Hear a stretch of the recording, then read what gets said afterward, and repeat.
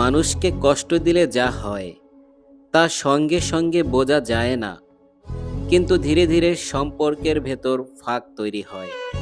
একটা কথা, একটুখানি অবহেলা হয়তো তখন তেমন কিছু না, কিন্তু যার মনে লাগে তার ভেতরটা নীরবে ভেঙে যায়। মানুষ সব সময় প্রতিবাদ করে না, অনেক সময় চুপ হয়ে যায়, আর সেই চুপ হয়ে যাওয়াটাই সবচেয়ে বড় দূরত্ব হয়ে দাঁড়ায়। যাকে তুমি অভ্যাস ভেবেছিলে সে একদিন সিদ্ধান্ত হয়ে দাঁড়ায়। যাকে তুমি সহজ ভেবেছিলে সে একদিন আর ফিরে তাকায় না। কষ্ট দিলে মানুষ বদলে যায়, আগের মতো থাকে না আর।